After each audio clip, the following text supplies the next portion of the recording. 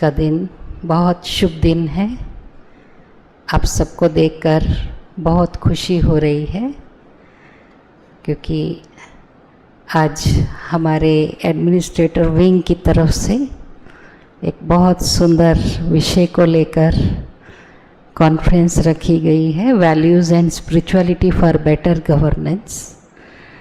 तो हमारे विशेष इस विंग के चेयरपर्सन हमारी परम आदरणीय आशा दीदी जी हैं, जो कि दिल्ली में गुड़गांव के पास हमारा एक बहुत विशाल रिट्रीट सेंटर है, शांति सरोवर है। उससे पहले Om Shanti retreat centre, short form में ORC कहते हैं। दीदी जी वहाँ के डायरेक्टर भी हैं और साथ साथ हमारे इस संस्था के प्रमुख वक्ता भी हैं। आप देश विदेश में जाकर बहुत सा ज्ञान का प्रचार प्रसार करते हैं और हमारी आशा दीदी के पास तो ज्ञान का बहुत विशाल भंडार है। आज हम सब के बीच में दीदी जी विशेष इस कॉन्फ्रेंस को सफल करने के लिए हम सबके निमंत्रण पर हैदराबाद तेलंगाना में पधारे, तो हम सब करतल ध्वनि से दीदी जी का अभिनंदन करते हैं। साथ साथ इस कार्य की प्रेरणा देने वाले प्रेरणा स्रोत परमपिता परमात्मा शिव बाबा का हमें सर्वप्रथम स्वागत करना है। तो शिव बाबा की प्रेरणा से, कल्याणकारी परमात्मा की प्रेरणा से ये कॉन्फ्रेंस हो रही है। तो आप भगवान के लिए बहुत जोरदार ताली बजाएं, परम धाम तक आवाज़ जानी चाहिए। और आज की सभा में हमारे मुख्य अतिथि हैं doctor Ishwar Reddy ji, vice president legal biological and limited, और साथ में और भी मेहमान हैं। आप भी अपना अमूल्य समय निकाल कर आए हैं, तो आप सबका भी मैं स्वागत करती हूँ। और इस विंग के जो हमारे हेडक्वार्टर कोऑर्डिनेटर हैं भ्राता हरीश भाई का भी हम बहुत दिल से अभिनंदन करते हैं। और इसी विंग के बहुत सी हमारी सीनियर बहनें हैं, आदरणीय पूनम बहन जी जो जयपुर के सभी सेंटरों का संचालन करते हैं, उनके सब जोन का आपका भी बहुत बहुत स्वागत है।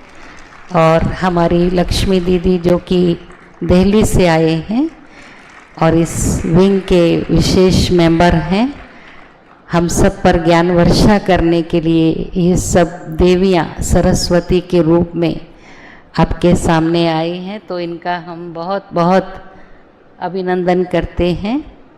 भ्राता EV गिरीश भाई जी हमेशा ही हैदराबाद में आते रहते हैं। आप मोटिवेशनल स्पीकर हैं और जो भी कार्यक्रम यहाँ हम करते, हर विंग के कार्यक्रम में हमेशा आप सहयोग देते हैं। तो भ्राता गिरीश जी का भी हम तहे दिल से बहुत बहुत अभिनंदन करते हैं।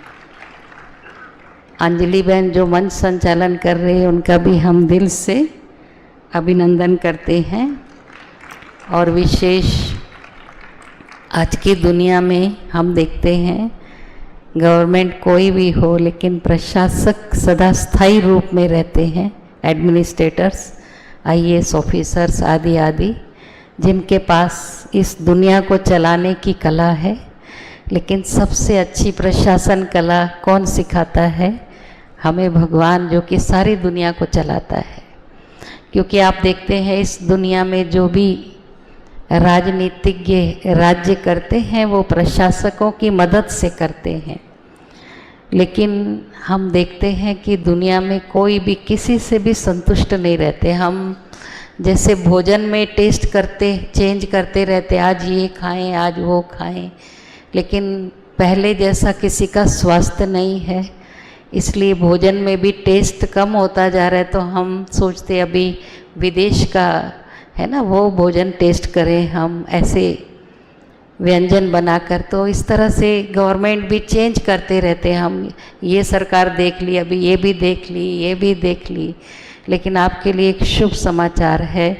अब बेटर गवर्नेंस के लिए परमात्मा एक नई दुनिया का निर्माण करा रहे हैं।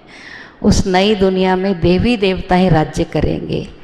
उनके हाथ में धर्म नीति भी होगी और राजनीति भी होगी, क्योंकि एक समय था हमारे भारत में राजनीति और धर्म नीति एक के हाथ में थी, दोनों पावर्स। लेकिन अभी धर्म नीति अलग हो गई, राजनीति अलग हो गई। पहले हम सब कर्म योगी कहलाते थे, अभी गृहस्थ में रहने वाले सोचते हमें तो कर्म करना है। योग करने के लिए योगी लोग जो है जंगल में या अपने आश्रमों में तपस्या करें, लेकिन परमात्मा फिर से वो कंबाइन करते कि आप कर्म योगी हो, आप गृहस्थ आश्रम वाले हो। क्योंकि अभी गृहस्थ अलग हो गया, आश्रम अलग हो गया, सब जगह डिवाइड करते जा रहे। लेकिन परमात्मा ऐसी दुनिया का निर्माण कर रहे जहाँ गृहस्थ आश्रम होगा, हम सब कर्म योगी होंगे और हमारे हाथ में सभी सत्ताएं होंगी और सारी प्रजा हमसे संतुष्ट रहेगी। क्योंकि उसके लिए हमें स्वयं में चेंज लाना है। क्योंकि अभी तक हम लोग क्या कहते हैं, कोई भी सरकार की हम बात करते हैं, आधे लोग कहेंगे ये अच्छी सरकार है, आधे लोग कहेंगे नहीं बेकार, आप कौन सी सरकार की बात करते, कोई भी अच्छा नहीं है। आप ये सोचिए सरकार कौन है, हम ही तो हैं। हमारे में से किसी को चुना जाता है।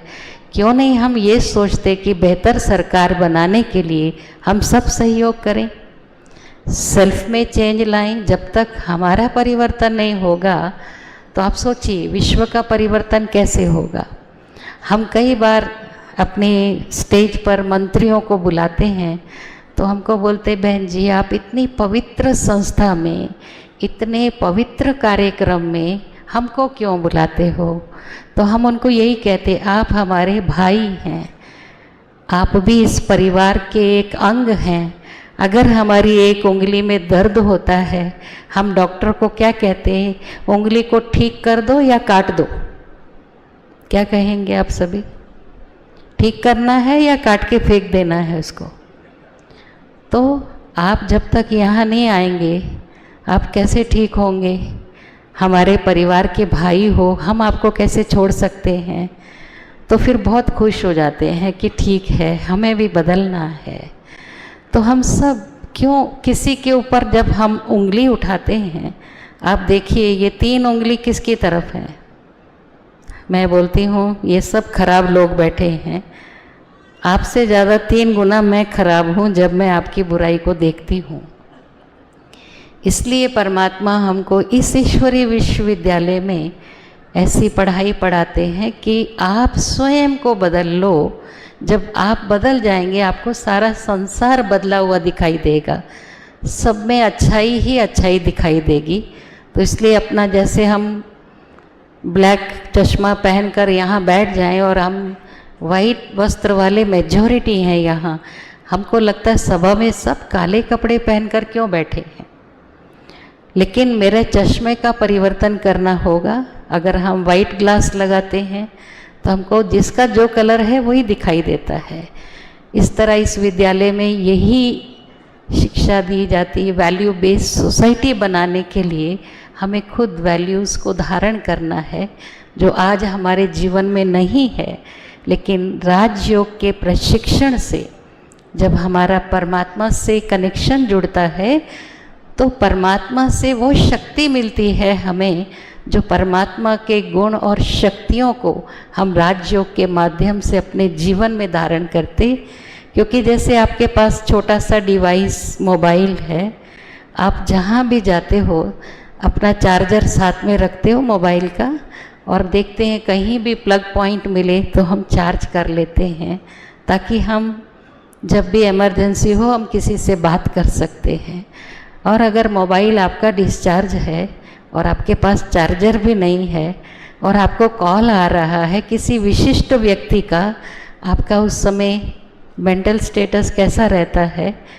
धीरे धीरे मना इतना अंदर से डिप्रेस्ड होते हैं कि अब मैं क्या करूं। ऐसे बात करना भी ठीक नहीं है, कट हो जाए तो बड़ा व्यक्ति क्या सोचेगा। फ़ोन नहीं उठाना ये भी मैनर्स नहीं है। तो जिस तरह आप अपने मोबाइल को चार्ज करके हमेशा खुश रहते हो, अगर हमारी आत्मा भी डेली मेडिटेशन से परमात्मा के साथ चार्ज हो जाए तो आपका जीवन ही सुखी हो जाएगा और आप जिस भी क्षेत्र में काम करेंगे आप सफल योगी रहेंगे। ओम शांति।